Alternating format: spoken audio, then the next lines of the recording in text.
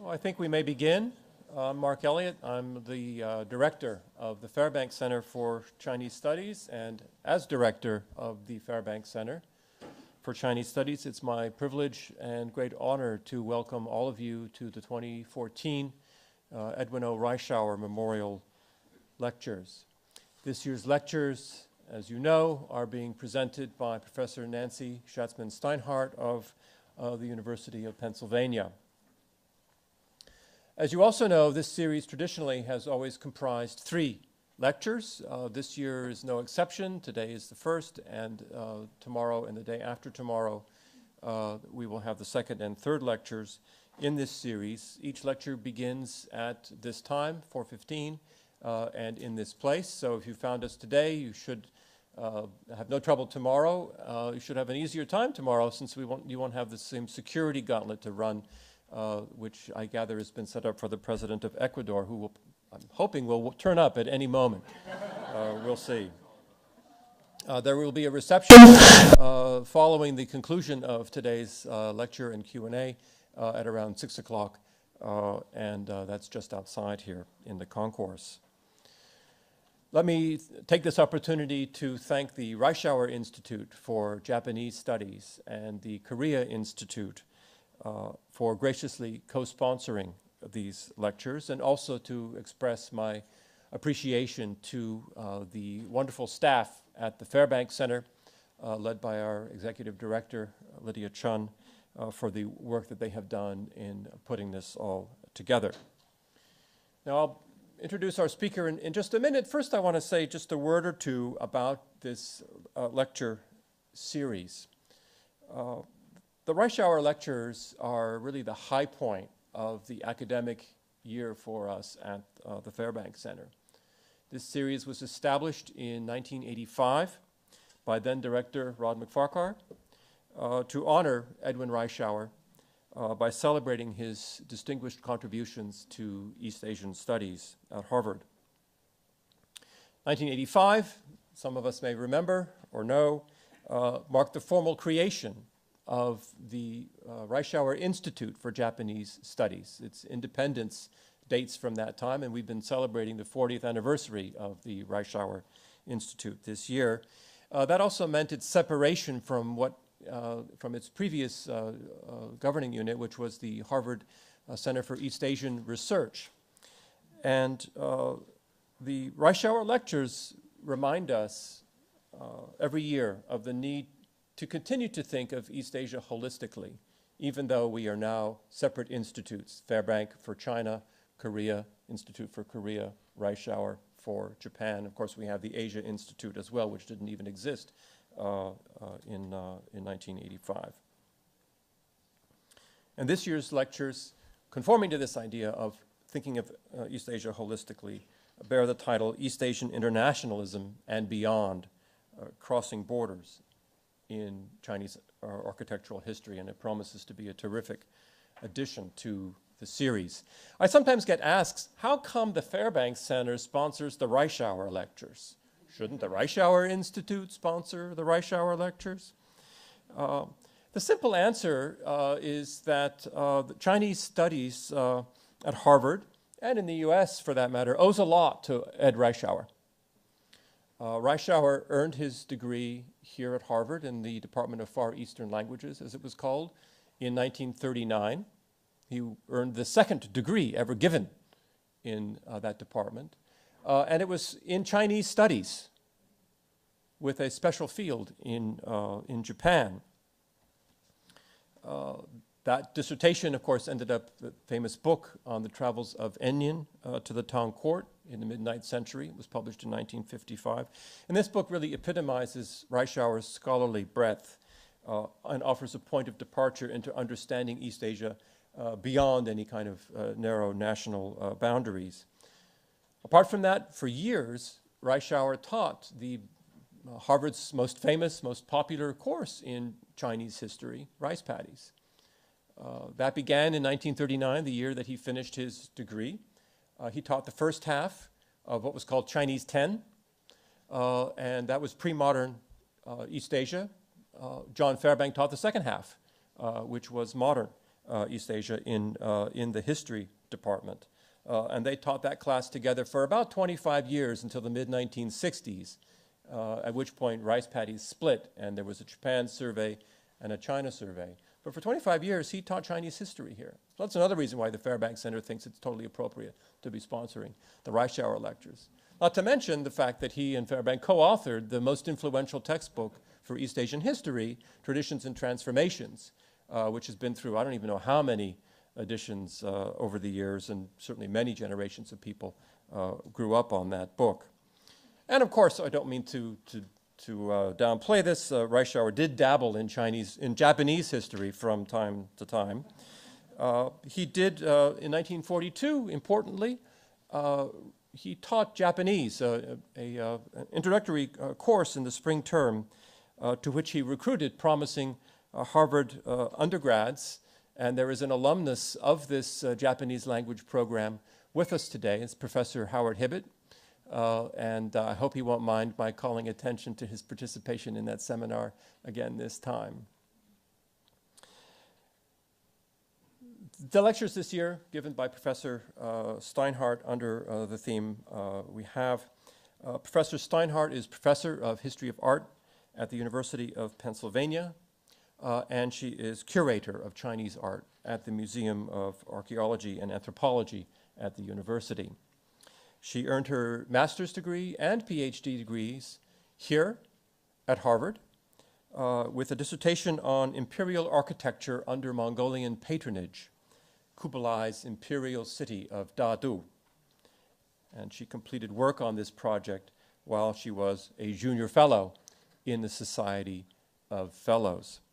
This was the first of many fellowships that would come her way, including a Guggenheim in 2001 and a CCK Foundation Fellowship in 2012. She's the author of many books. I won't list them all here. The one I have, my favorite, I guess, is the book on Liao architecture. But we have many others, including a major book over 500 pages long, coming out later this year, Chinese Architecture in the Age of Turmoil, published by Hawaii. And she's presently working on a brand new book on the history of mosques in China. She's the co-editor of a couple of different books, many, many articles and reviews, exhibition catalog essays, encyclopedia entries, and so on. She's much in demand as a speaker in this country and around the world. She's a dedicated teacher, mentor to many, many PhD students, a very popular teacher at Penn. Her innovative and path-breaking work has established her as the world's foremost expert on the architecture of the Liao. And she has spent her whole career really doing brand new work in the history of Inter-Asian architecture and Chinese architecture. She has the same energy as when I first met her 20 years ago. She never slows down. She was in Mongolia this summer. We'll see some evidence of that in today's presentation, as I understand, where she was doing field work, sleeping rough in the steppe. This is something we can only admire. Her lectures for this week have been well publicized. Today's lecture, The 6th Century as the 7th and 8th, Recentering an International Age in Chinese Architectural History. We are joined today by our colleagues Yukio Lippert and James Robson, who will provide some comments on the lecture at the end, following which we'll have some Q&A. I'll introduce the two of you a little later on. Right now, I would like to ask you to join me in giving a very warm welcome to Nancy Steinhardt.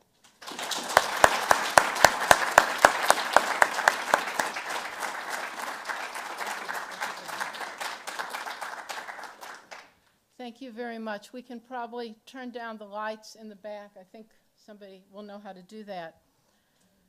Thank you, Mark, for that overkind introduction. Anytime I stand in this building to give a talk, there are faces in the audience to whose teaching and mentorship I've owed so much in my career. Most noticeably missed today, John Rosenfield, Joe Fletcher, and Oleg Grabar, my 3 dissertation readers. But they and others in the audience, teachers, colleagues, are responsible for research and guidance that will be reflected in what I do this week, I'm grateful and I am extremely humbled by this opportunity to present these lectures. I probably met Edwin Reischauer at a Yenjing welcoming party. I certainly passed him in the halls of 2 Divinity Ave between 1974 and 1981.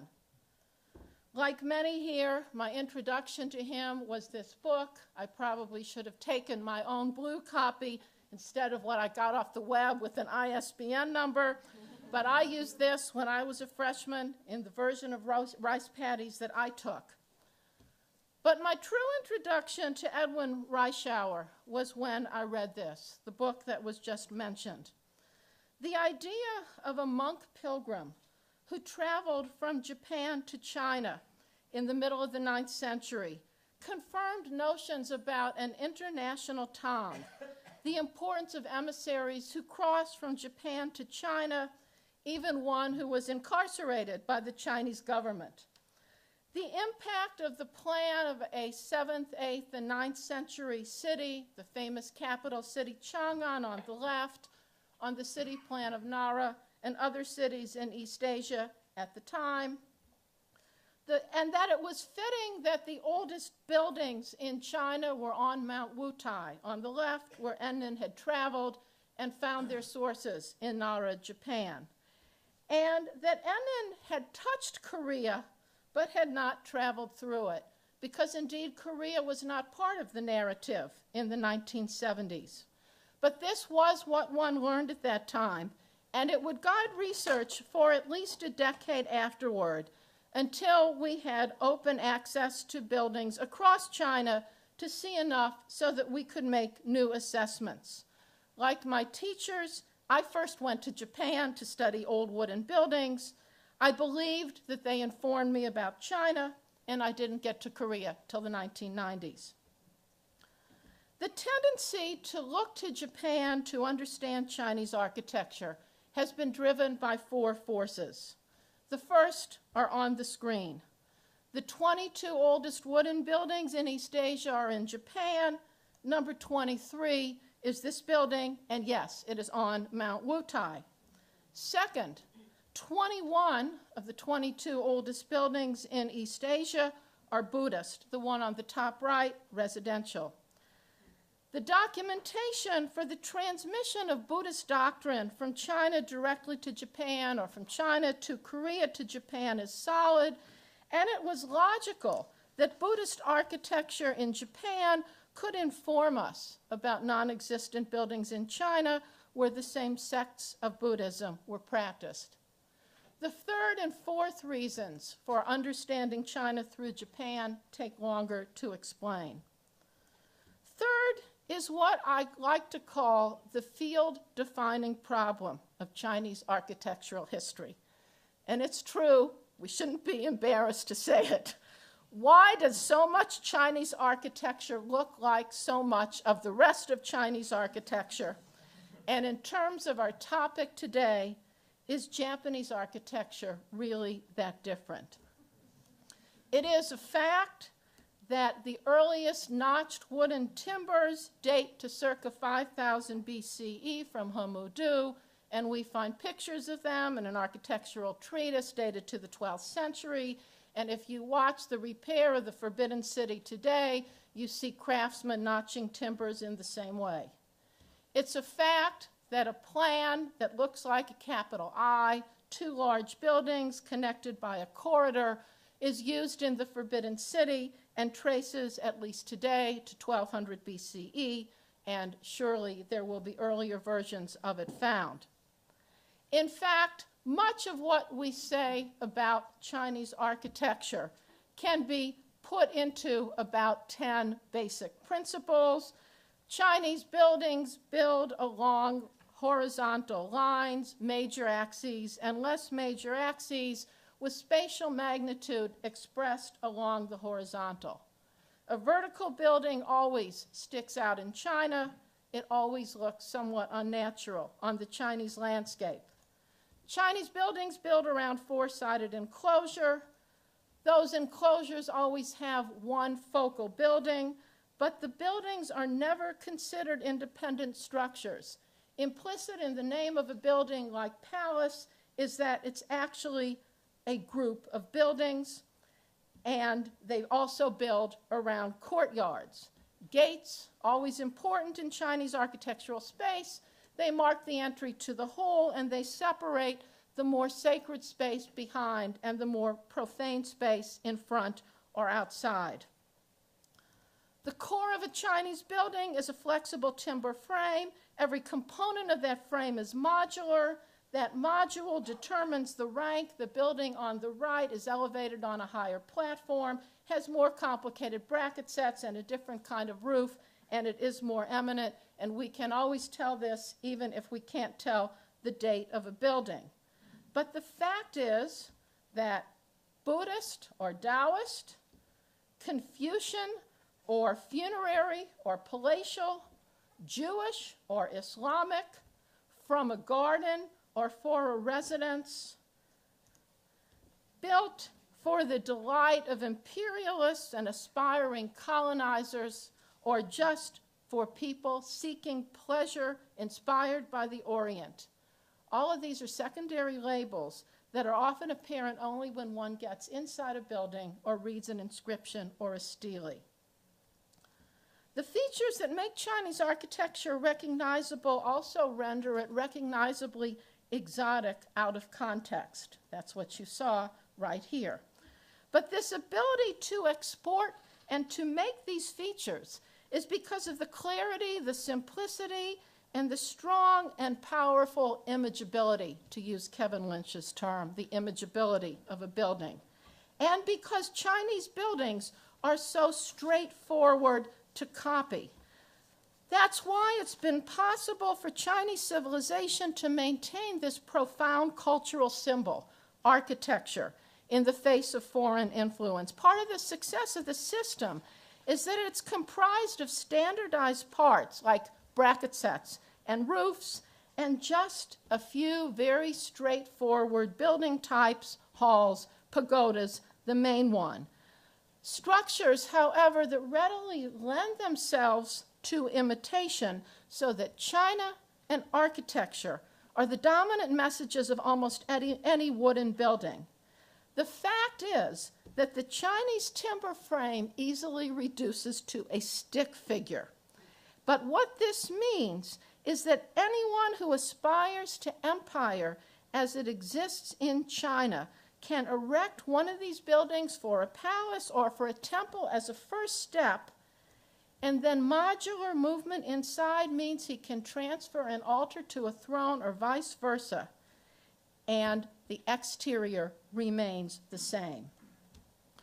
Whether or not the fact that 13th century architecture so closely resembled 9th century architecture is related to notions such as letting the past serve the present is worth considering.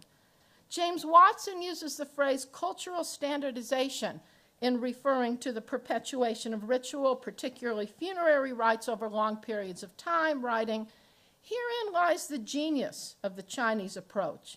The system allowed for a high degree of variation with an overarching theme of unity. In other words, bracket sets evolve and can help us date a building, but they always interface with pillars, which always interface with a roof frame." The lack of change, however, even at the approach to the 20th century, is what is so impressive. Because by the time we hit the year 1900, theorists worldwide are telling us important messages about architecture. Julien Guadet, 1834 to 1908, writes in the conclusion of his 4-volume work in French, but the title is Elements and Theory of Architecture, that the role of the architect is to conceive, to think, and to construct. But China was a society without architects. The classical Chinese language does not have a word for architect. It only has a word for builder-craftsman. And the people who controlled the building industry, the supervisors, were men like this, officials. The concept of an architect came to China only in the 20th century, and it came when students who had studied the profession abroad returned home. Until then, neither the conception nor the thinking were present, for in fact, a pre-modern Chinese architecture is archetypical. It is not chronotopic. That's the third reason. Fourth reason also takes a while to explain. The fourth reason scholars have continued to turn to Japan to study Chinese architecture is because of the 20th century history of the field. The birth of Chinese architecture as a field of modern discourse came in direct response to political realities. First Opium War, 1840 to 42, the resulting indemnity to Britain, the opening of treaty ports, the cession of Hong Kong. Second Opium War, 1860, fought against England and France, gives way to the burning of the European-designed gardens at Yuanmingyuan. Through most of this period, the Taiping Rebellion is raging, 1850 to 1864, maintained by Christian reformers centered in Nanjing and moving southward. 1900, the Boxer Rebellion aimed at 8 foreign powers. By 1900, the Chinese and the Russians are massacring each other at the Sino-Russian border near the Amur River. 1895, again 1904, 1905, the Chinese are fighting the Japanese, and Imperial China will collapse in 1911. These decades of unequal treaties, of mistrust of Western ideas, nevertheless forced on China a realization that she had to reckon with Westernization, including the scientific inquiry that accompanied it. And in an extraordinary moment of vision whose impact is still felt today, the U.S. decided that instead of taking reparations from China for suffering during the war, the Boxer Rebellion, the Chinese would be required to use a percentage of that money to pay for the education of Chinese students at U.S. universities. And thus, the Boxer Indemnity Scholarship Program was set up in 1909. It funded the selection, preparatory training, transportation to the United States, and study for scholarship beneficiaries. Part of the money included the establishment in 1911 of Tsinghua College, a preparatory school for Chinese students seeking to study in American universities. It later expanded to a 4-year undergraduate and then to a postgraduate program that became Tsinghua University. Today, classes were taught in English, and yes, these are Beaux-Arts buildings. Hu Shi, president of Beijing University, famous philosopher Feng Youlan, and the man at the top right, who we'll hear more about, Liang Sicheng, were famous recipients of the Boxer Indemnity Scholarship.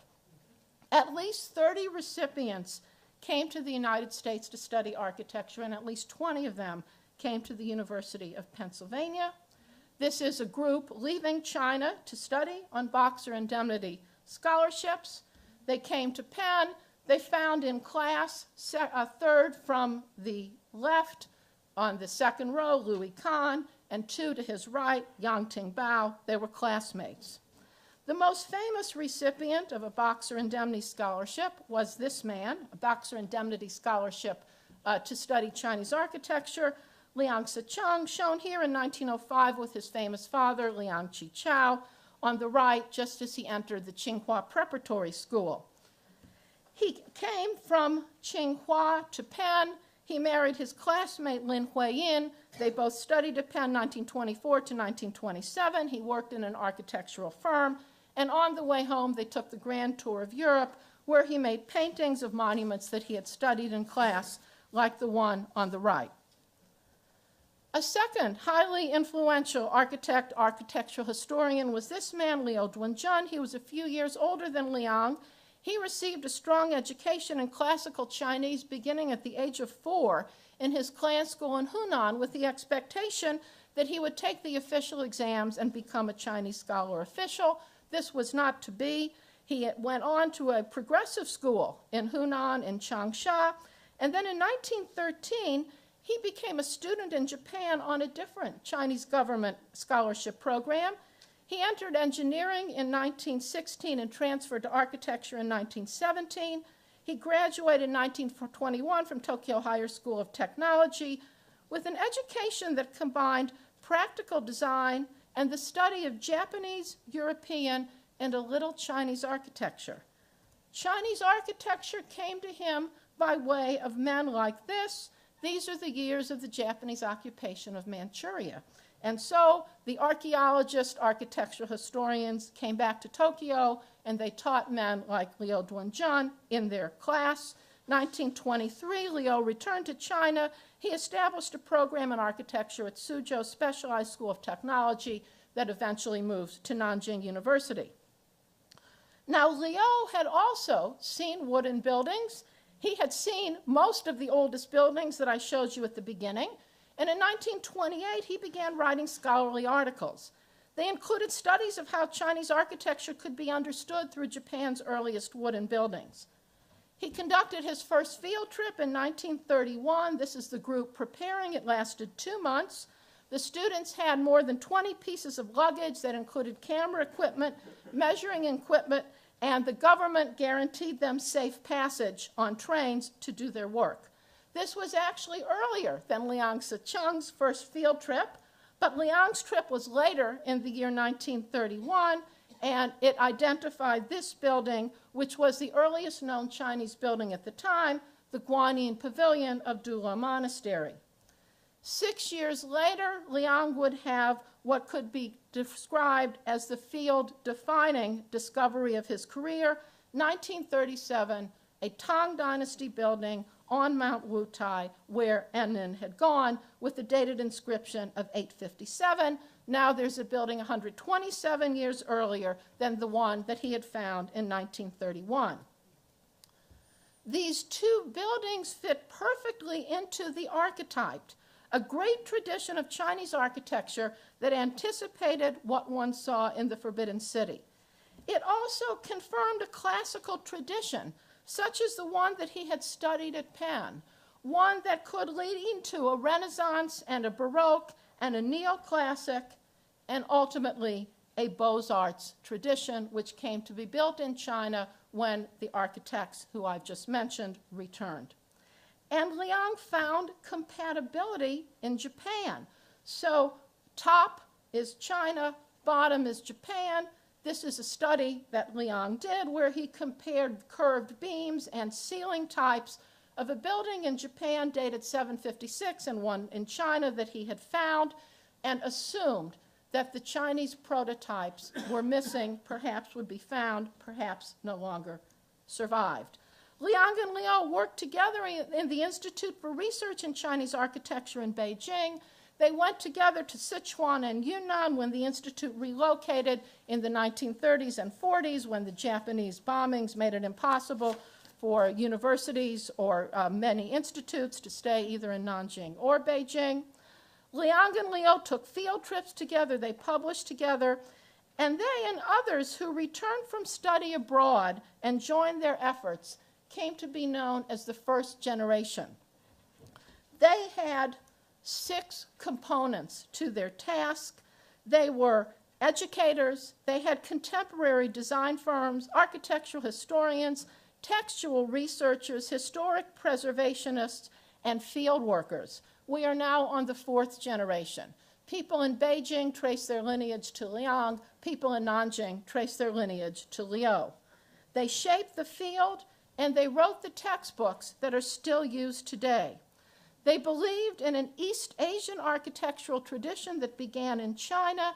It's easy to understand why Bannister Fletcher's famous Tree of Architecture, which Liang had first seen when he used this Bannister Fletcher book as a textbook at Penn, continued to be used in China. So I've got a blow up from a different version on the right, but as you see, the archetype and the label under is Chinese-Japanese, one unified tradition. I'm still explaining the 4th reason. The other side of the political aspect of the emergence of Chinese architectural history based on Sino-Japanese archetypes is more problematic. Some of the Japanese archaeologists and architectural historians who conducted research in China and Korea during the years of occupation of Manchuria sought to show Japan to be the true, valid, superior East Asian repository of the Buddhist tradition.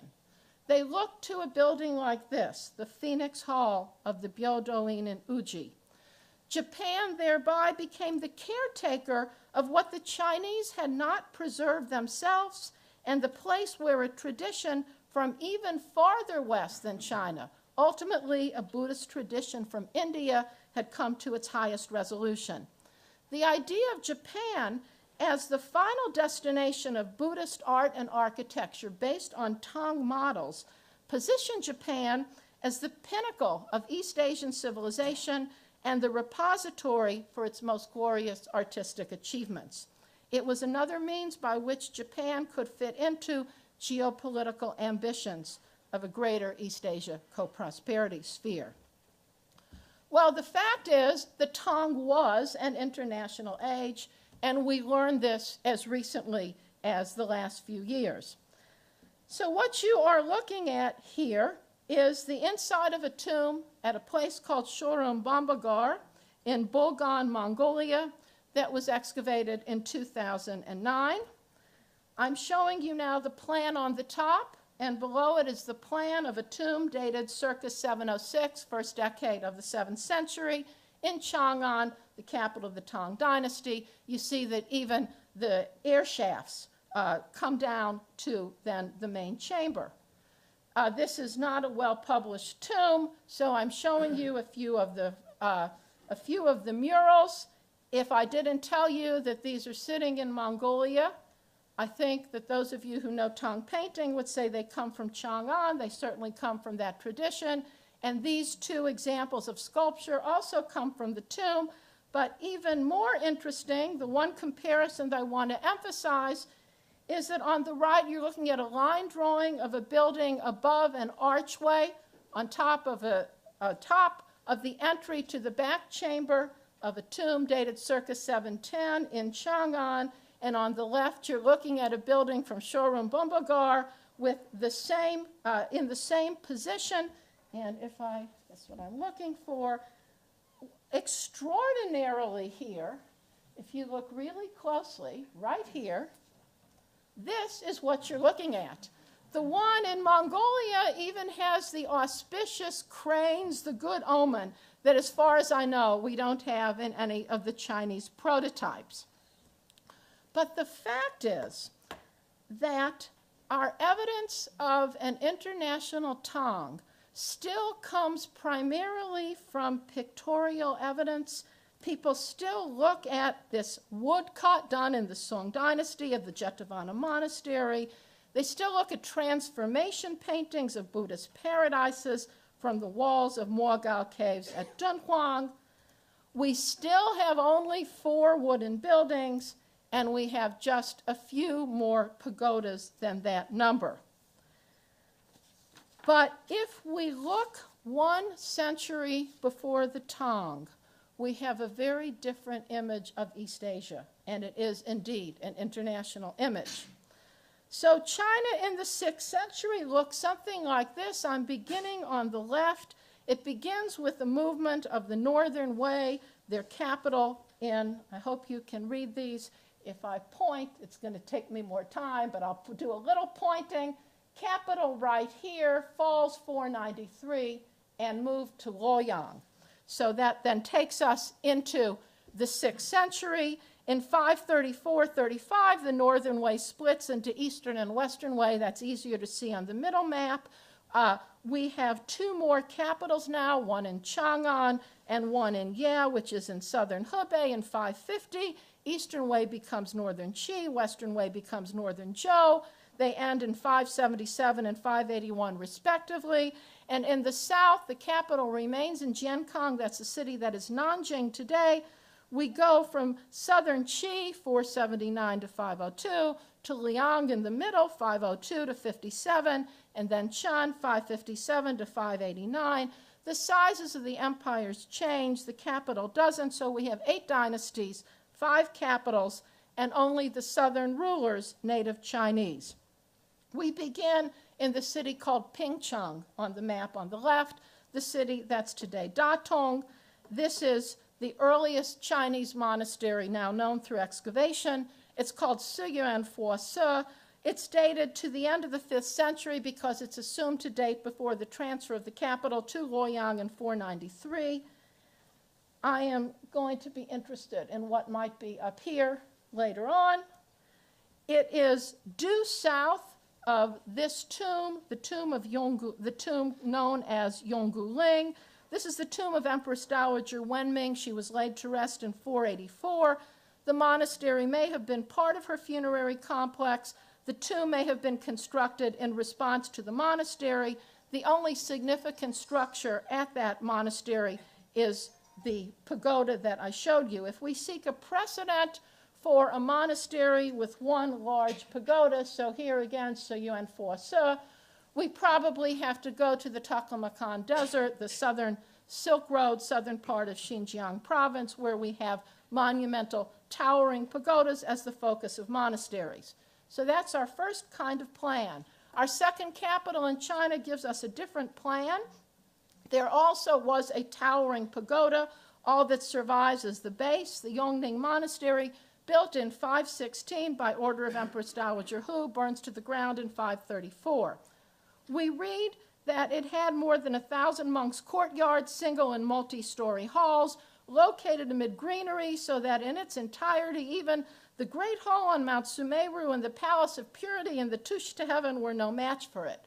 We have no reason to doubt that the Empress Dowager's monastery was splendid, but we know nothing specific beyond what you see on the map, a gate, a pagoda with 2 rings of columns, outer and inner, and a Buddha hall behind it that was smaller. A third kind of monastery came to light in the year 2002. You're looking at a pounded earth platform about 40 meters square. It's located 1,300 meters south of the remains of the wall of the Eastern Wei Northern Qi capital at Ya. This is the city to which the eastern part of the Northern Wei went when the Northern Wei fell, or split, I should say. We are again looking at a central pillar pagoda. We are looking at 2 rings of columns, just as we saw at the Yongning Monastery pagoda. It's given the name of the town where it was excavated, the Jiaopengcheng Pagoda. Smaller in dimensions than the Yongning Monastery, but as I said, the same plan, and we assume that it is imperial or had imperial patronage because there's a reliquary crypt that had precious objects. 2010, more excavation comes to light, and now we have 2 symmetrical platforms with a monument in each one, and these are larger than the pagoda, and the belief is, than the central pagoda. Perhaps this is a pair of twin pagodas. We can't rule out that possibility. These are about 100, the platform's about 110 meters on each face. Also in the 21st century, excavators returned here. By returned, I mean that in the 1950s, something was found here that's now covered over. It was this burning lantern pagoda. No one came back for more than 50 years. You'll hear how this plays into the history of Chinese architecture tomorrow. But it turns out that the monastery is recorded in the record of Taiyuan Prefecture. Taiyuan Qianzhi says that it was founded in 556. Here's the plan. And again, we have our second example, and again, it's Northern Qi. We have our entry, we have our 2 symmetrical structures, another building, and the burning lantern pagoda is, I think it's over here on this, it's here, and then here are the remains of the monastery. The standard history of Northern Qi tells us that the Emperor Gaoyang climbed here and had a great Buddha carved into the cliff, and this is what the cliff looks like today, and indeed there almost definitely was a great Buddha carved here. So we have 3 plans from the 6th century in China, each associated with a different capital, the one in Datong, the one in Luoyang, and then our Northern Qi plan that we have, for which we have 2 examples. Each one spreads to Korea. And just for reference, Buddhism comes to Koguryo in 372, to Pekchen 384, and to Shilla in 527, and there is a different monastery plan associated with each one. So beginning with the earliest, Koguryo, we're in the vicinity of Pyongyang. The capital was moved here in 427, so we date this to the 5th century or later, where we have our pagoda and 3 Buddha halls, and maybe also Buddha halls here, and how you're looking at it, pagoda and Buddha halls behind it. Sometimes the Buddha halls come on 3 sides of the central pagoda. The central pagodas in Koguryo are octagonal. This is the reason that I wanted to come back here, one large central pagoda, our earliest monastery plan. There is something up here, we don't know what, but perhaps a line of Buddha halls from which we only have one. Second monastery plan associated with the Pekche kingdom. The earliest Pekche monasteries date to the 520s, the last right up to 668 before Pekche's fall to Showa. The 4 I show you here are in the vicinity of Puyo, and they all have the plan from Luoyang, the Yongning Monastery plan. How to interpret the plan of Pekche's most famous monastery, Miroksa, is subject to debate. Maybe it's 3 examples of our gate, pagoda, Buddha hall. Maybe it's 1 pagoda and 3 Buddha halls behind it. The third kingdom, Shilla, is where we find the twin structures.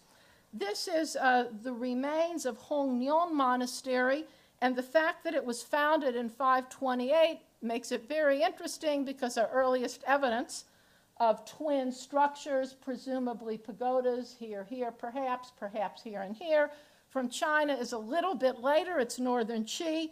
So right now, Korea may have the oldest example of this. And then we come to Shilla's most famous monastery, the Hwangnyeongsa, where we have 3 plans, and they are, in fact, the 3 plans that we see in East Asia, pagoda, Buddha hall. Then we get 3 Buddha halls, so this doesn't come first. And then we get the twin structures down here.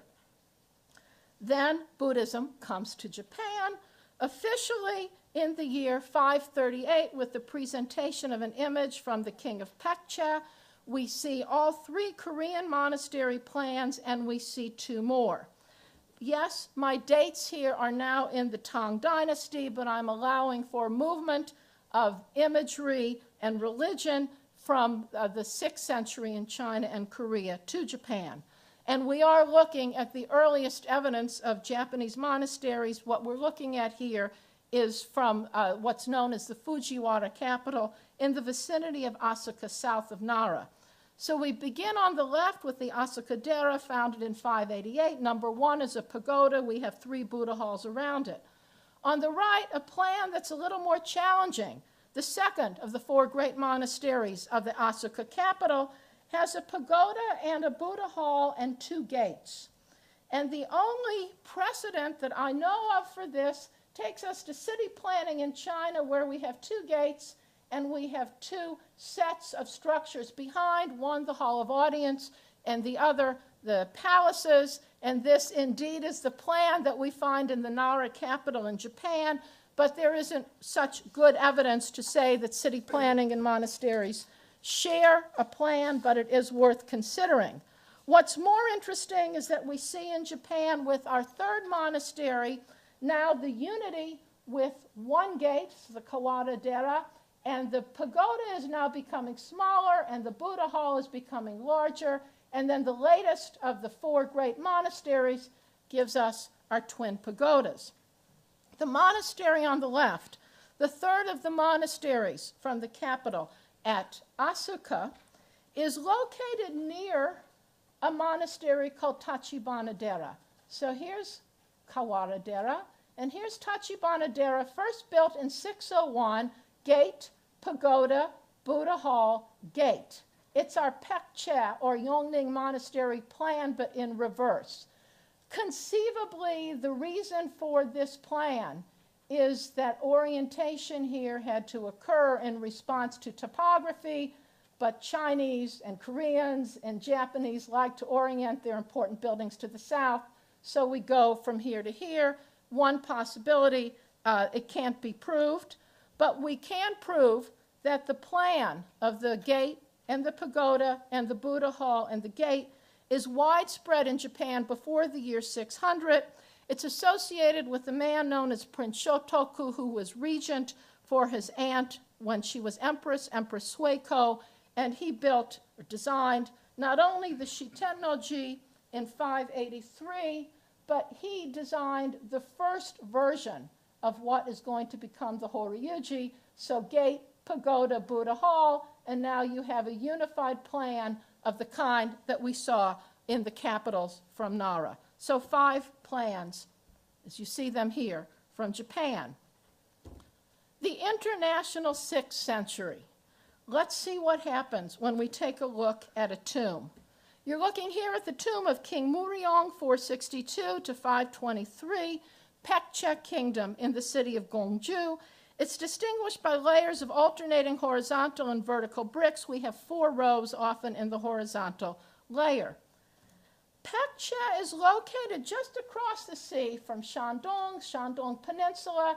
Jiankang is the city Nanjing, and people have always assumed that influences from China crossed the sea and came into Paekche. And we have good physical evidence of this. On the left is the interior of one of the several tombs excavated in the vicinity of Nanjing from the period of the Southern dynasties, one of the 7 worthies tombs. You see the arrangement of bricks that we're looking for. Most people don't know about the tomb on the right. It was published in December of 2008. Even better evidence because it has a 3rd century date, and it's from the city of Nanjing. But things aren't always that simple. So here I juxtapose King Muryong's tomb with a tomb from Gansu province in western China with a date of 3rd, 4th century, where we have the same kind of brick formation. And this could work if we like to see things moving unilinearly. This is Gansu, Jiuquan and Jiayuguan, where I'm looking right now, are here. And then we have Nanjing here, and we're going to be looking at Datong right here in a minute, and we have Paekche right here. But the fact is, if we look at a different Korean kingdom, the Goguryeo kingdom, which I have on the top, and we look at a slightly different place in Gansu province, we have a tomb with 2 chambers connected by a corridor, what we saw in the Forbidden City at the very beginning. And when we look inside these tombs, we have the world of the heavens at the top, and we have the world of man below, and we even have shared specific imagery like a large flowering tree and a large flowering tree. And if we go to the city of Datong, we can look at the tomb that I show you on the left with 2 chambers connected by a corridor. And I'm especially interested in this tomb because this man, Song Xiaozu, was born in Dunhuang. He was born in Gansu province. His family was relocated by the Northern Wei after his kingdom fell. He ends up an official in the city of Datong. He and his wife are buried in this tomb. And another tomb from the region shows the same hierarchic deities at the top and then the world of man below.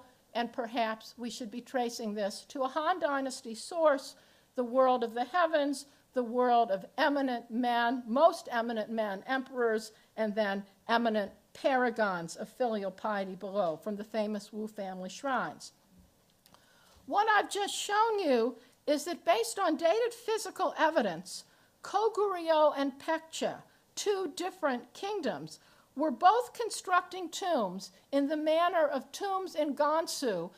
The Jiuquan and Jiayuguan are literally just a stone's throw away from each other. 2 different kinds of tombs that go to 2 different Korean kingdoms.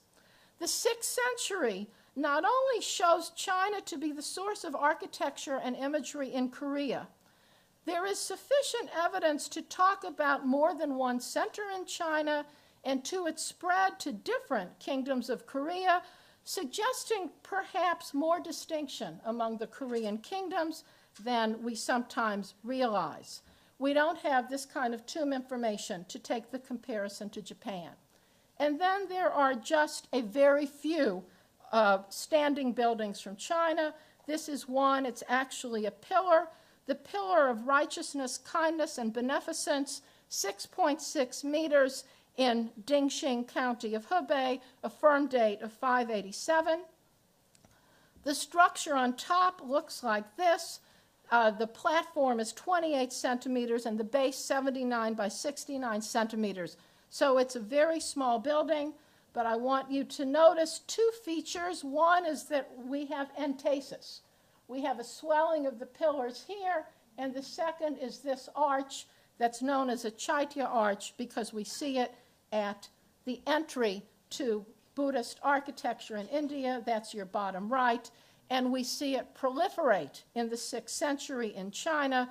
The other feature that proliferates in the 6th century in China is this, that people call an inverted V-shaped brace, or they take the name of the Chinese character Ren and they call it a Ren-shaped brace, and we see this proliferate in the 6th century also. Now, the only way to go from here is to look at what we might call peripheral or maybe quasi-architectural evidence, to look at details in relief and details in painting. I want to show you just a few of them from one cave site to show what this kind of evidence offers in terms of reconstructing the 6th century. So I'm at a cave site called Maijishan. It's in Gansu province, the eastern part of Gansu province, east of the sites I've mentioned so far. Cave 43, a fluted octagonal column. Cave 4, large, enormous owl's tail decoration and a 7-bay building. Cave number 4, inside, a very unusual ball at the center, meeting point of 2 rafters on the roof and the same ball at the corners, and this perhaps also has a Han source. You're now beginning to see more Han sources as I get deeper into the lecture. So this is easier to see in line drawing. This is a medallion that was found on a Han Dynasty sarcophagus, and we have this ball at the center of the ceiling.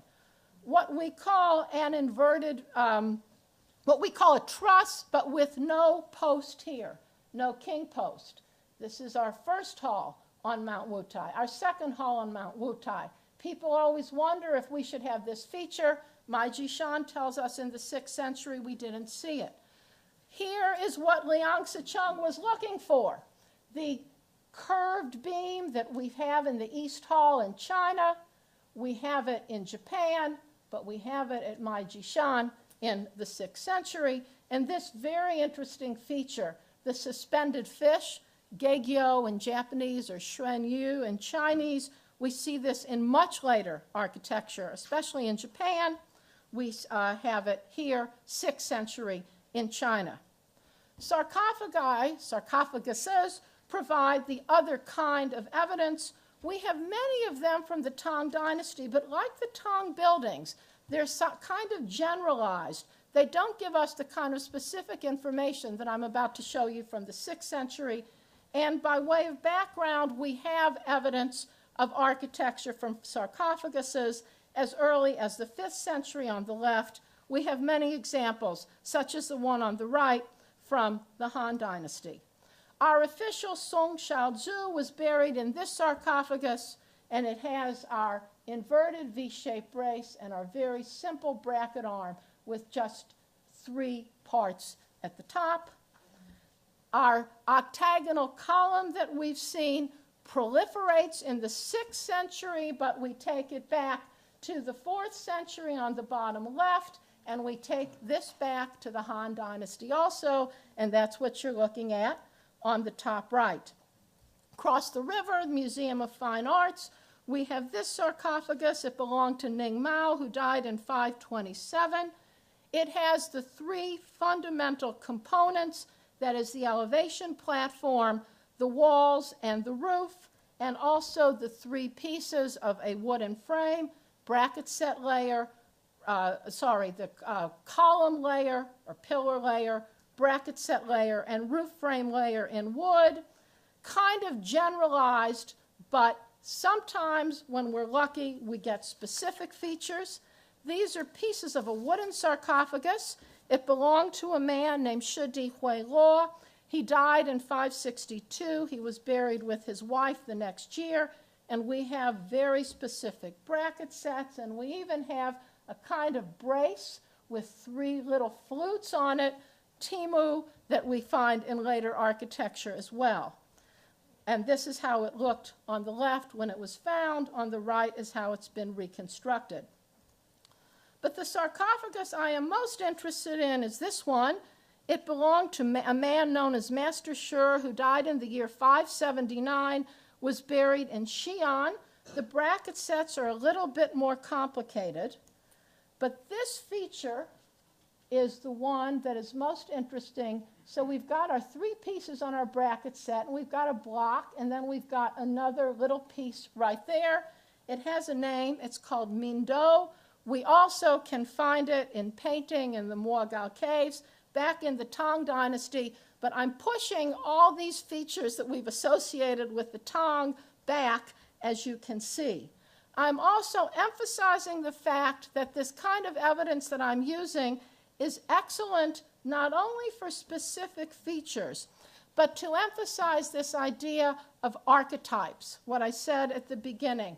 We have what we would call archetypical features. So we have in this small-scale structure excavated in Henan, circa 600, it's an undated tomb, enormous owl's tails.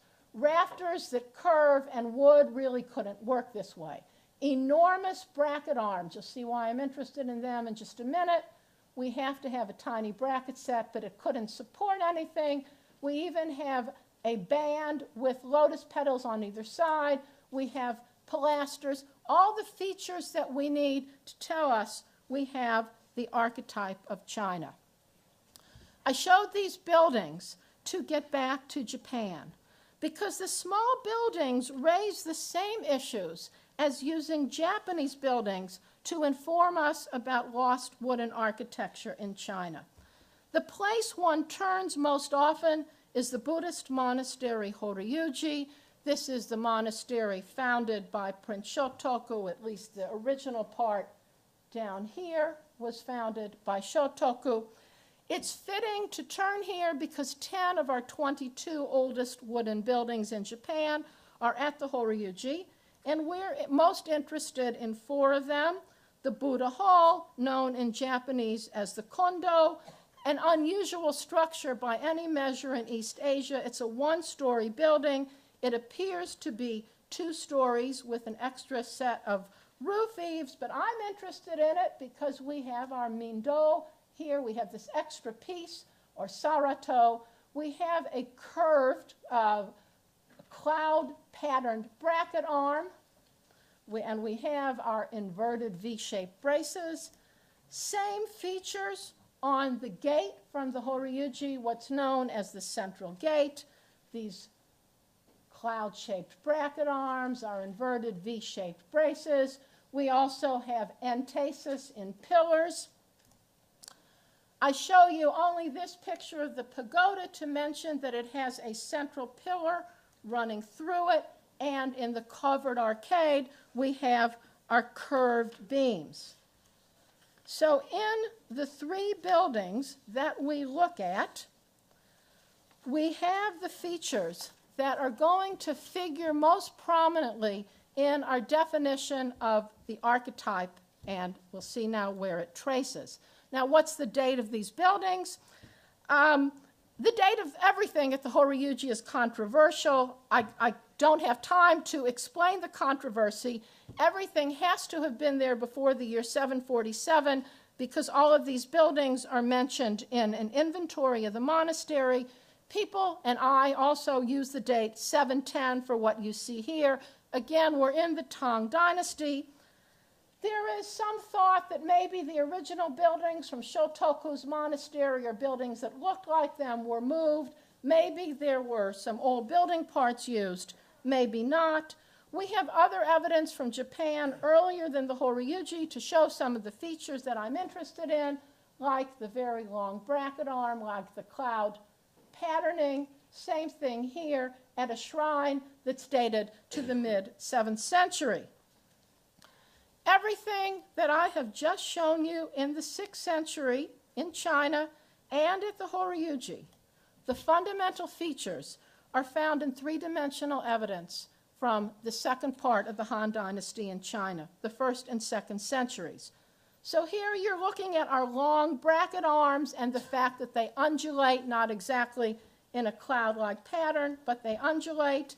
Here we're looking at our inverted V-shaped brace, and here we've gone to Liaoning province in the northeast to show it. I wanted to show you that the Horyuji Pagoda has a central pillar, because here we're looking at our central pillar, and this is a cave, not Buddhist. This is a tomb in Sichuan province. These tombs are in the region of the Three Gorges, near the city of Leshan. And if we had time to talk about ceilings, you would learn that many of the ceilings that we associate with later times in China also trace to the Han Dynasty, and these are some of them.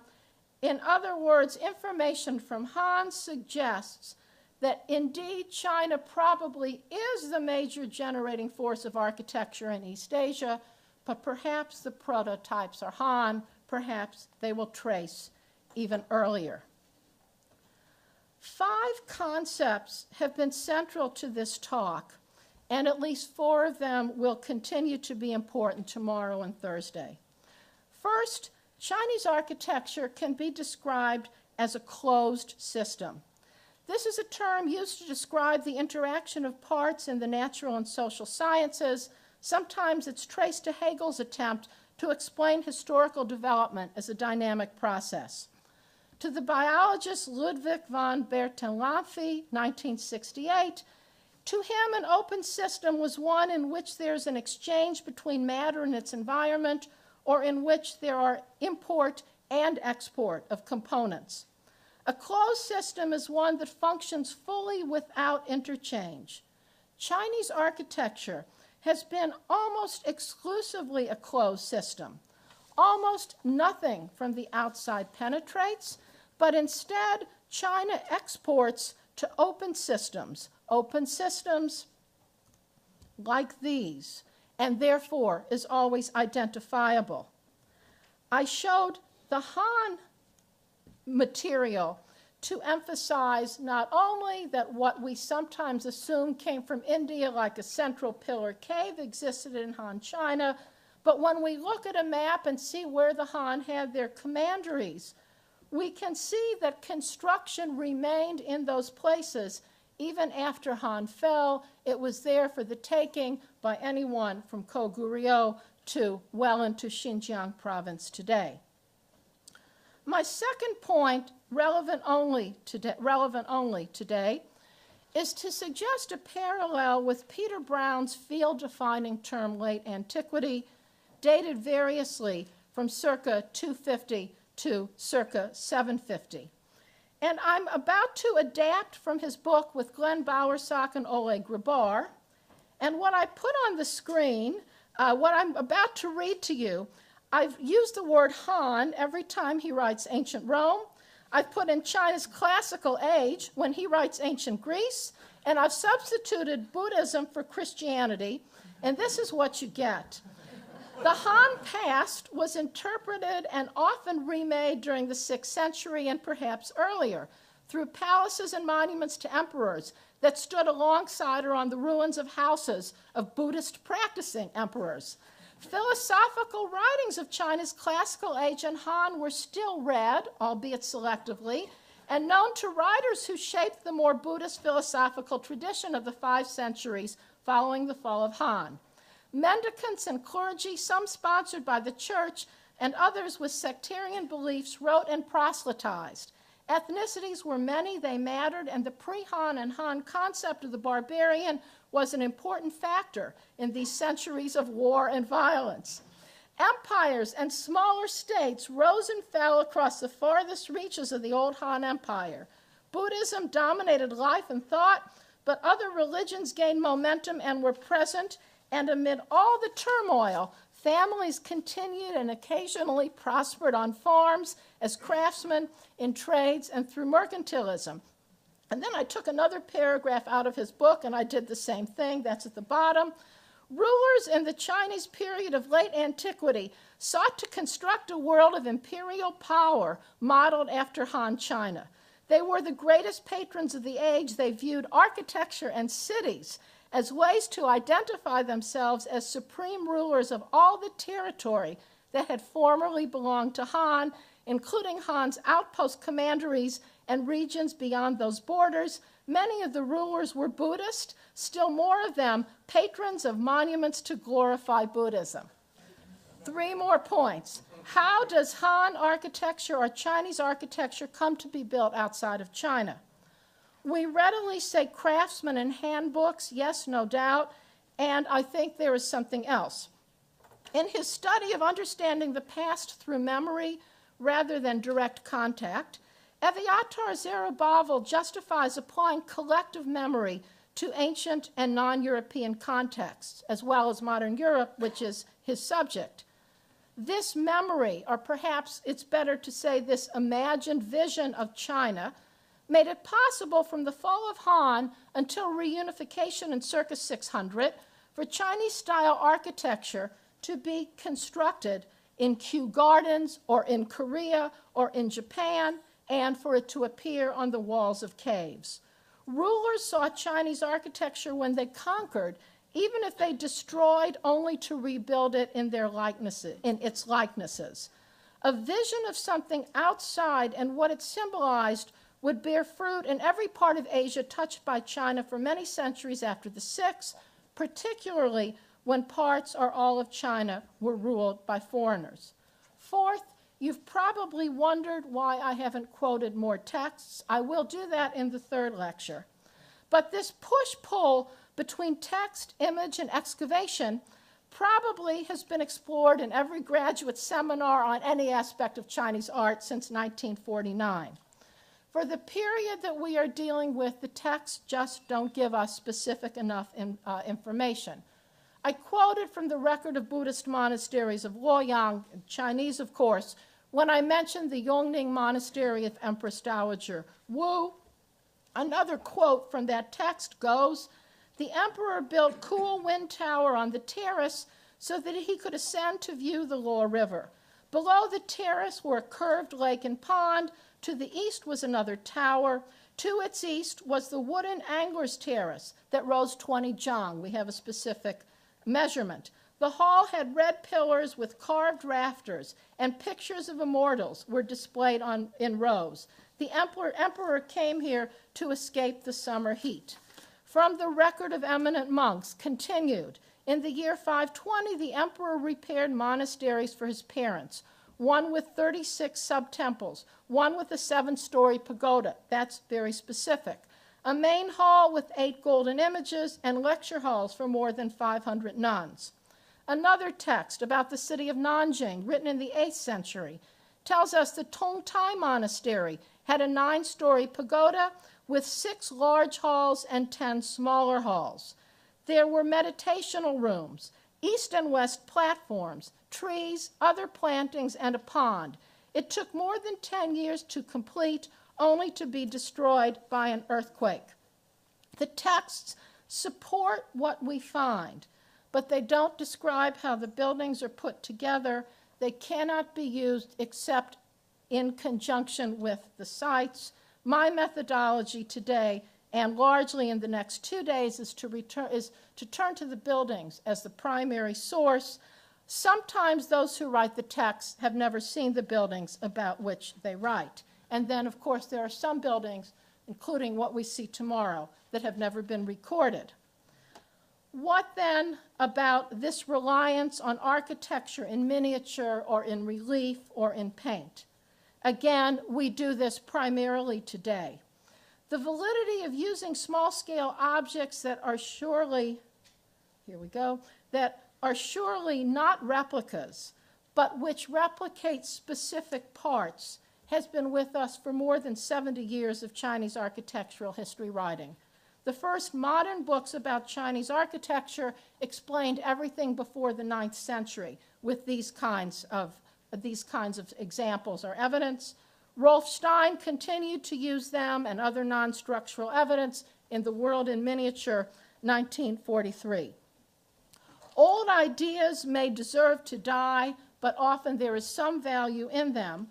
For the 6th century, the period when we know both about Chinese architecture and how far it impacted beyond China's borders, this kind of evidence remains essential.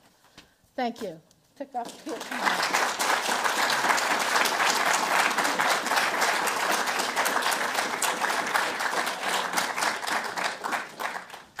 Well, I'm going to ask you to sit Okay. up here.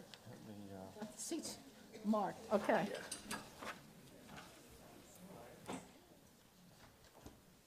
Thank you so much. I will say that I think Nancy rarely, if ever, talks about a building she has not herself personally seen. I'm going to introduce both of our commenters and let them come up then one after the other. Our first discussant is Kyo Lippitt, professor of Japanese art history. He earned his BA here at Harvard before doing his MA and PhD at Princeton, and then coming back to teach here in the Department of the History of Art and Architecture in 2003, getting tenure 2 years ago? Yeah. His research interests focus primarily on pre-modern Japanese painting, with a special emphasis on Sino-Japanese painting associated with Zen Buddhism. He's taught at Heidelberg and Tokyo, been a fellow at the Center for Advanced Study in the Visual Arts and at the Getty. And he directs the arts program in academic ventures at the Radcliffe Institute. The best news, though, about Kyo is that his book just won the John Whitney Hall Prize at the 2014 AAS.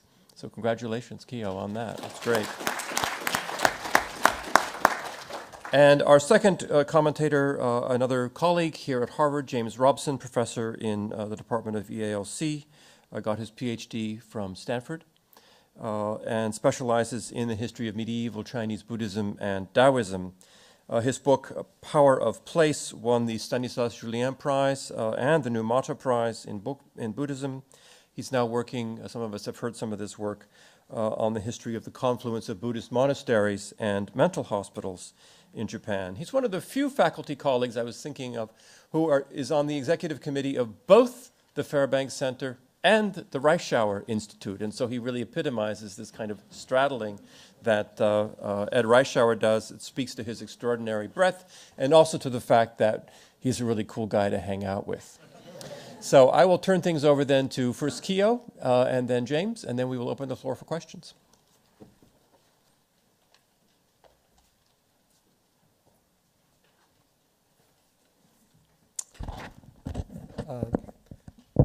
Thank you, Mark. Thank you, Nancy.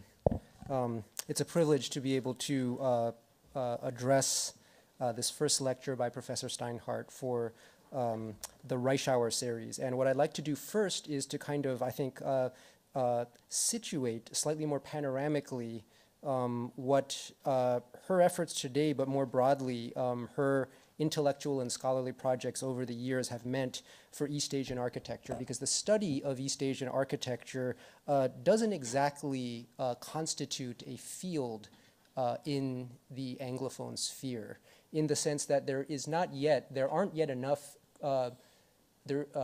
practitioners. There isn't a critical mass of knowledgeable specialists in Chinese and East Asian architecture to even constitute a discursive field. So what that means is that Professor Steinhardt has been freighted with a great deal of responsibility over the years to kind of generate the texts and the discourse that hopefully is turning into a field, a discipline. And I think recently things have begun to change a little bit. But this is an important point, because East Asian architecture is disciplinized in East Asia primarily as an engineering discipline, and it's taught in engineering schools in a pre-professional context with a strong emphasis on kind of constructionist approaches to the analysis of architecture, the reading of bracket sets, and the analysis of structure that is very much geared towards an engineering education, whereas architecture in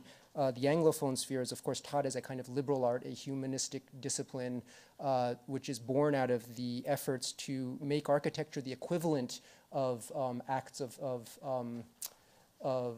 other types of cultural representation, such as poetry and certain kinds of visual arts from the Renaissance onward. So Professor Steinhardt has been working very much within this space, this disjunctive space between the way East Asian architecture is taught in and studied in East Asia, and generally speaking, the way architecture is studied in the West. And of course, it is not, she has not chosen one mode or the other. It would be highly inappropriate to try to teach East Asian architecture on the model of Southern Renaissance architecture, because as she points out, there aren't really architects. There isn't the kind of cultural or professional equivalent of the architect working in China. And I think her approach, which is to really understand Chinese architecture as a system, as a vocabulary which unfolds based on specific typologies, and to understand the inner mechanics of how that system works, its regional variations, the cultural, social, political, historical context in which those variations evolve, in which drift takes place within that system, is a really wonderful one, which is also, I should say, very useful for the study of architecture in the East Asian region. She has found a wonderful language that is really adequate to the object of Chinese and East Asian architecture in her work. That's just a prefatory comment that I like to make before addressing the question of interregionalism. And here I think the real, for me, compelling interest and achievement of today's lecture is to take this mode of East Asian architecture, which is predicated upon this idea of a very large, expressive, heavy tiled roof whose weight is distributed to an outer perimeter or two rings of columns, so it doesn't have load-bearing walls, to create these flexible spaces which are partitioned flexibly. The space is radially conceived outward from a center, so it's flexibly appropriate to throne rooms or the worship of Buddhist icons set in the center and so forth, takes this mode of architecture.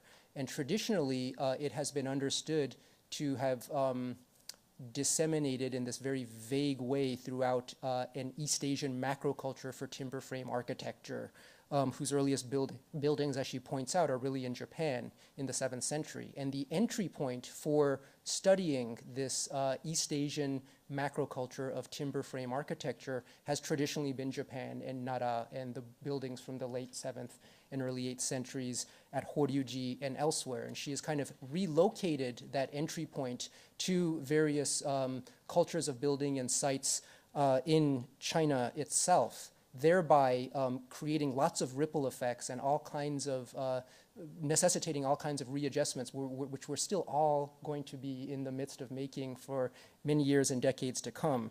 And of course, this is remarkable considering that there is so much new knowledge about architecture, as you saw in the lecture, coming out from archaeological excavations and so forth in this period in the 5th, 6th, 7th centuries and earlier and later, that it is a moving target, and that you really have to have this kind of assimilative, agglutinative intelligence that's constantly synthesizing new information within a larger scheme, well, within a larger history, which she has done very eloquently.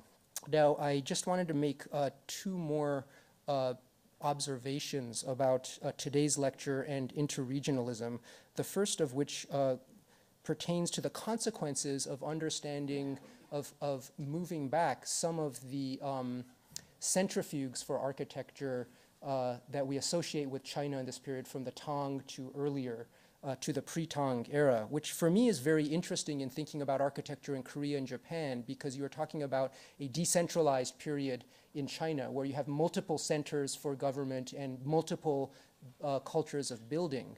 And this is especially interesting when one thinks about how Buddhism and the material culture associated with Buddhism disseminates throughout East Asia in these periods.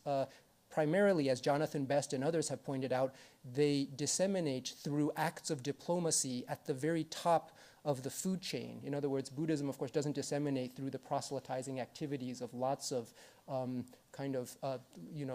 wandering itinerant priests or anything like that, but they are through acts of diplomacy where you kind of, preemptively and aggressively gift items of Buddhist culture or anything else to certain kingdoms in the Korean peninsula or clans in Japan, and then the architecture and other things follow. So what that means that is, instead of a Tang Empire, which is from which architecture is disseminating, you have multiple nodes or centrifuges from China from which architecture is disseminating. So that process is much more dynamic and related to the ever-evolving political alliances of the 5th and 6th and 7th centuries. And of course, there are 3 or 4 entities in the Korean Peninsula, many more in Japan, as well as China before Tang. And so it's just a much richer way of understanding the tapestry of how architecture is transposed and unfolds by moving it back from the Tang. I think that's a very important consequence for those of us working in places like Japan and Korea.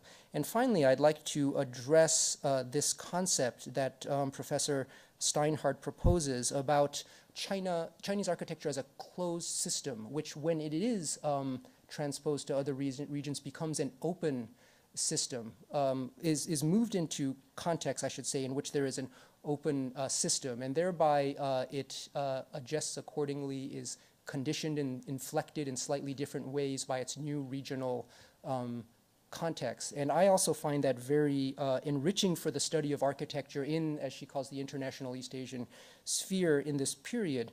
I think in some ways, for me, this is very similar to the idea of thinking about Chinese architecture as a vocabulary, as a certain habit of approaches which can be conceptualized as a vocabulary, which is adopted and possibly like a script, like Chinese script is transposed to Korea and Japan. Of course, in the Japanese case, I'm less expert in Korea, but you have sequences of characters that are read, of course, according to phonologically or logographically, but essentially according to Japanese syntax. And so you have an exterior, you have a script which seems to be the same, but which internally, linguistically, semantically is kind of adapting to new circumstances. And that's really what happens with timber frame wooden architecture in Japan, where you have buildings at Horyuji, which, as she points out, the Golden Hall, appear from the outside to be a second-story structure, which have 2 levels of roofs, which have a balcony surrounding what appears to be a second story, but you can't actually enter the building, climb up the stairs,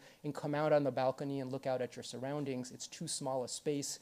You would have to be 3 feet tall to actually do that. And the same is true of the pagoda at Horyuji, which is ostensibly a 5-story pagoda, but the term story here should be taken with a grain of salt, because outwardly there are 5 levels of roofs, but there are not 5 internal floors that can be inhabited in the way we assume stories can. All of the space inside is one continuous space. So what that means is this is not a 5-story building so much as a piece of architectural sculpture which conveys the sense to the outside world that one is looking at a high-rise pavilion, a grand high-rise tower pavilion appropriate to the typology of a pagoda which marks the presence of the Buddha's ashes. So what Professor Steinhardt has done for us here, I think, is given us, given this period, the locales which adopt the Chinese architectural system in this period, a lot of agency, instead of simply assuming that it's a diffusionist model in which, there is a lot of copying and passively receiving or taking in. The locales are given a lot of agency to perform the operation of what you would call in Japanese kambun kundoku, the kind of, the syntactical rereading of Chinese sequences of characters according to Japanese, but of course pertaining to, specifically in this case, to architectural vocabulary, thereby kind of differentiating in a very meaningful way the various cultures of building that we would find throughout this international East Asian sphere. And that's the conclusion of my talk. Again, thanks to Professor Steinhardt for a wonderful lecture.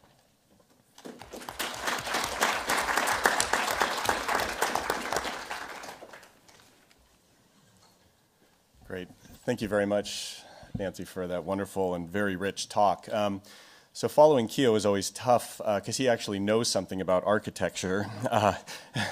And so I'm going to engage Professor Steinhardt's talk in a slightly different way, but try to open it up in some ways as well. I actually first met Professor Steinhardt through her work by meeting a student of hers, Tracy Miller, in China some 15 years ago. And she had such a passion for talking about bracket sets that it absolutely blew my mind. I had never met anyone like this before. She went on and on and on about bracket sets. I knew she had studied with Professor Steinhardt since she talked about her in such glowing terms that evinced a real respect and admiration. I was then very excited not to only meet, but also to travel to Western China with Professor Steinhardt some years ago, and it was a truly illuminating experience for me. We hung out quite a bit on that trip. I don't know if I was cool to hang out with or not, but I was so entranced by the casual discussions of architecture when we viewed different sites. It really does take a different type of looking and training of the eye, and she had such an encyclopedic knowledge of things that I probably bugged her a lot by tagging along and asking questions about all the places we were at. Today, Professor Steinhardt has presented a rather ambitious thesis of the flow of architectural influence from China to Korea to Japan. Her use of architecture in this way actually has close synergies with other recent scholarship on material culture and even textual and doctrinal work that seeks to see East Asia in a more integrated way, a place where ideas, practices, and objects were in motion, a much more dynamic picture that we still have not come to fully appreciate. But how did technology such as architecture and knowledge move? Were Buddhist monks the carriers of technology, or what role did they play?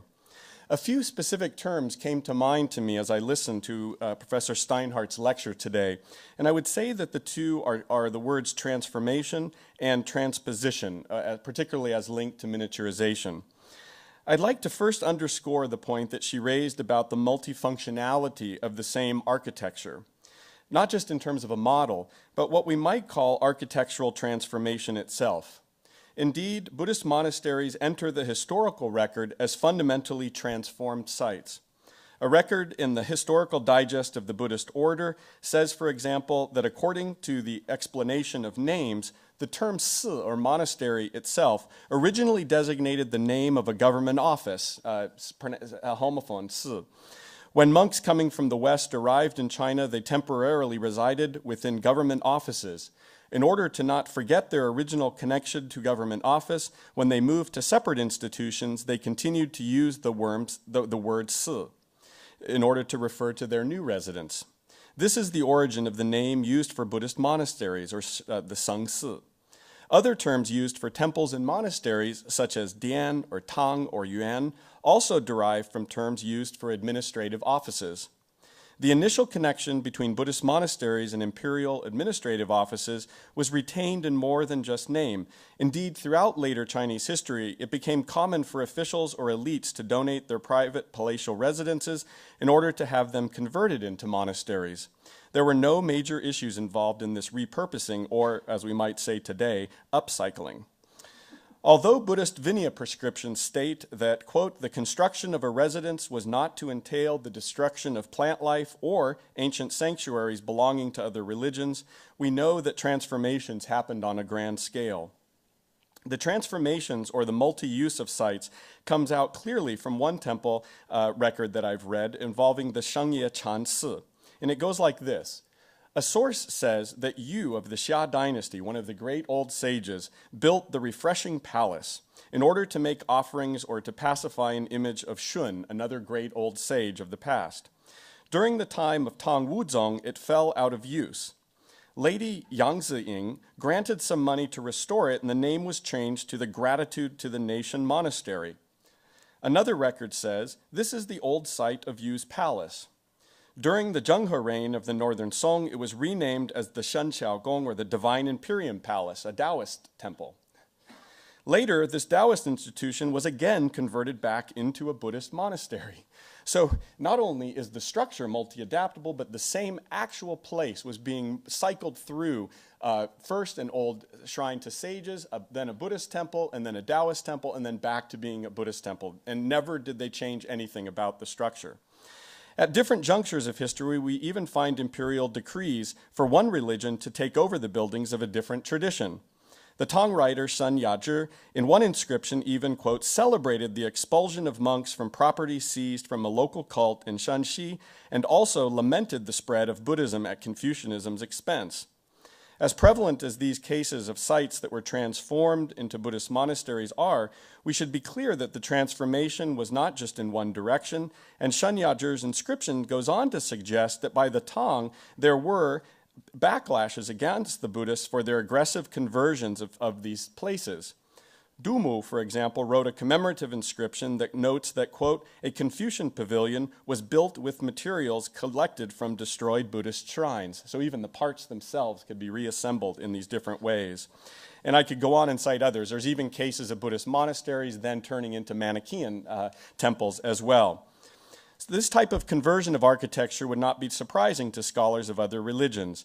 During the reconquest of the Iberian Peninsula in the 11th century, for example, Islamic mosques were converted into Christian churches, just as their churches had been converted into mosques a few centuries earlier. We also know that many Christian chapels in Egypt were established through the conversion of pre-Christian rock tombs, and that some megalithic monuments in Brittany were incorporated into early Christian churches. This seems to be akin to the model that Professor Steinhardt has suggested, with the formative models coming from Han architecture, but fully in place by the 6th century. As I was listening to Professor Steinhardt's talk, I kept asking myself about the role of texts in all of this, and it was at the very end that she weighed in on that, concluding that texts don't tell us enough. And I would say that's just like ritual texts as well. You can never perform a ritual with the text, nor could you build a monastery or a building. One might ask if texts really only confirm what is found in the material record, or can some texts alert us to certain developments? But rather than quibble with that claim, I think it's more important to mention the other important concept introduced briefly in Professor Steinhardt's talk, that is the usefulness of studying the miniaturization of architecture, something used to great effect, as she noted, by Rolf Stein in his classic The World in Miniature. But how to use such things as evidence, how to use those miniature sites.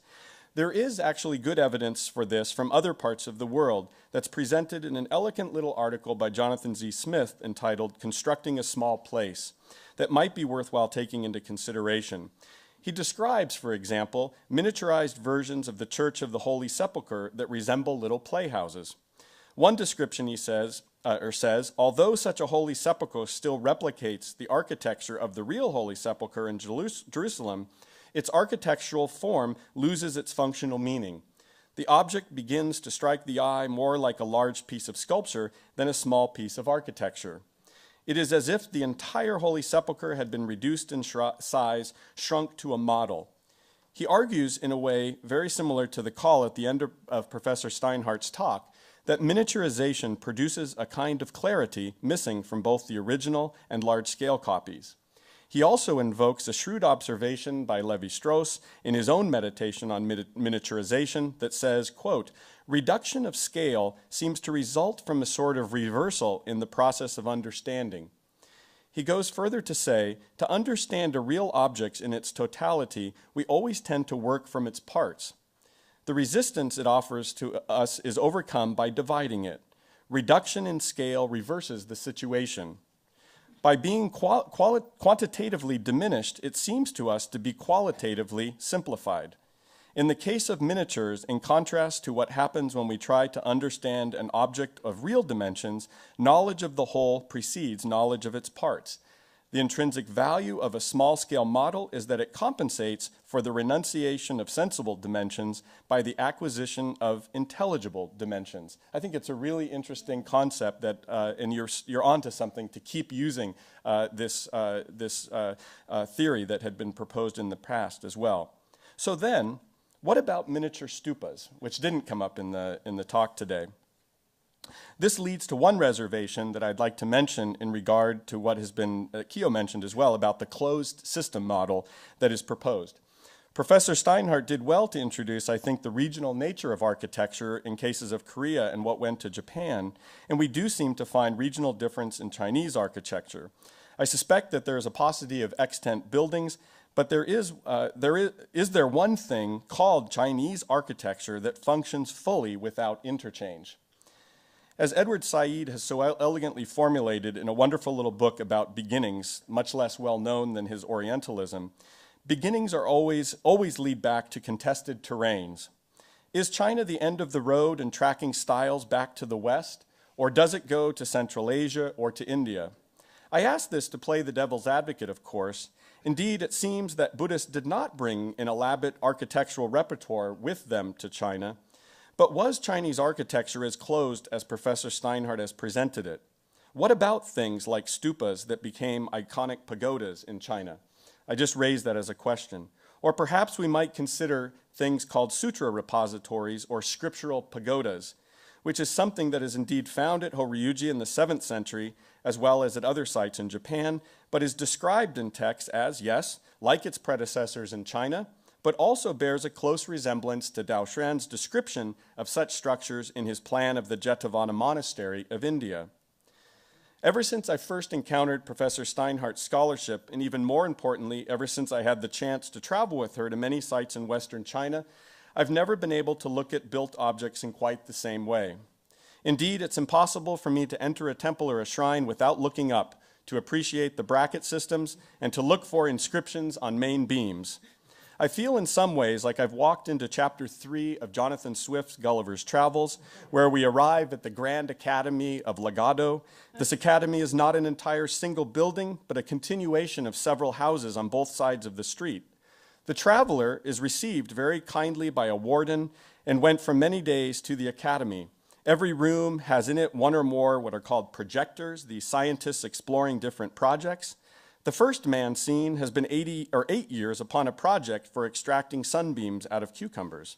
But there was also a most ingenious architect who had contrived a new method for building houses by beginning at the roof and working down to the foundation, which he justified by referring to the like practices of those two prudent insects, the bee and the spider. One can read this material, as one may listen to Professor Steinhardt's lecture today, as an attempt at what I would call reversibility, or going back to the beginning to see things in new ways and propose new theories, or overturn accepted ones, turn buildings upside down, and even change the direction of the field.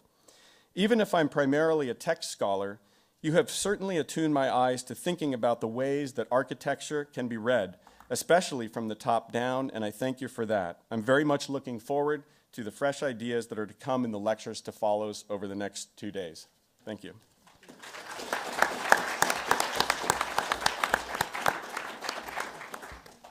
Thank you very much, Kyo and James. I think that Professor Steinhardt's lecture has been appropriately, dare I say it, bracketed by our two commenters. We're going to open the floor up for questions for about 10 minutes or so, and then we will adjourn to our reception. So recognize, if you could just say your name quickly. Hi, my name is Xun Wen, and I'm a PhD student here in Narration and Architect Studies. And I want to follow up on what Professor Robson mentioned a little bit. He talked about the possible Central Asian influence in Chinese architecture, and here in your slide on the picture on the upper right corner is the sarcophagus. I don't know how to pronounce this thing. Sarcophagus. Sarcophagus from the Shijun tomb, right? So we're looking at the northern face of the object, but on the other side, on the southern face, which is the face that you will see when you enter the tomb, we find the only Chinese Sogdian bilingual epitaph that we have.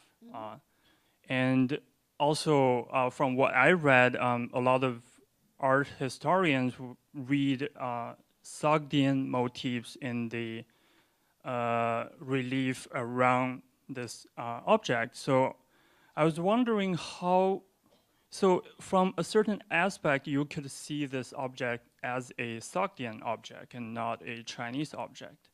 But from your perspective, it's in line with the tradition of Chinese architecture. So how do you think these two views would accommodate with each other, and how do you think that we should understand what, for example, Chinese architecture mean in this context? Thank you. So I think your question proves my point. There definitely are Sogdian motifs. There are Sogdian deities. Shi Jun himself is a Sogdian. But he chose to bury himself in a Chinese building with bracket sets, with pillars, in fact, with a piece on a bracket set that exists in Japan and in a Chinese roof. So from where you're sitting, you can't see those decorative motifs. In fact, I don't see them here. I have to be standing in front of the sarcophagus. But from a distance, you're seeing a Chinese structure, and you don't even know that it's a sarcophagus. I think that's the point. The decoration can be Sogdian, and he himself can be Sogdian. I mean, if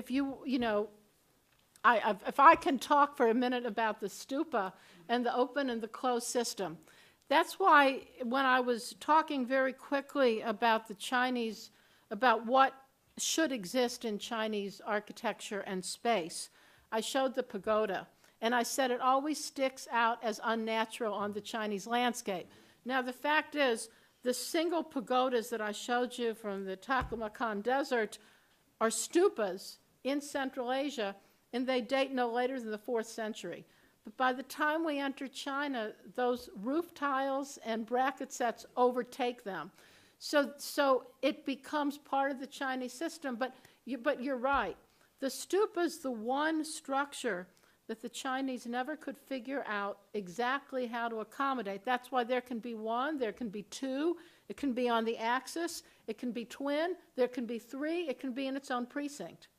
They never completely figured it out, and it looks unnatural. But you're right. Yeah. Other questions from the floor? Paul Cohen. Are there other architectural regional cultures globally which you would also characterize as closed systems? Or is the East Asian architectural heritage the only relatively closed system? So maybe the closest would be Roman. But the problem there is that Rome doesn't survive for 5 millennia, right? That there's change in the country that's today Italy. But there are certain, I mentioned Kevin Lynch, who writes a book, I think probably in the 1960s, The Image of Architecture, and uses this term imageability. There are certain building types that have very profound images. Medieval cathedral has a very profound image, even if you don't know if it's Romanesque or Gothic or which part of Europe it comes from. But what's different is how simple the Chinese building is. Something I didn't talk about, but it comes up, and I guess it will come up on Thursday. I'll talk about occasional use of stone. These are all perishable materials. There's yet this other layer, and this stick figure image, I mean, it never fails to amaze me that I can see an architect drawing a picture, and he's using straight lines. You know, you can make a Chinese building with pickup sticks. You really can't do that with any other tradition. So it's extraordinary. So maybe it's unique on several levels, even beyond this image. I'm going to suggest that we bring today's event to a close here and invite everybody to some refreshment outside. Reminder of tomorrow's lecture, The Liao Revolution in Building and Design is the title, and our discussants will be Professor Eugene Wong and Valerie Hansen from Yale University will be joining us to talk about the Liao. For now, we thank you very much for a very stimulating afternoon, and to our discussants as well. Thanks a lot.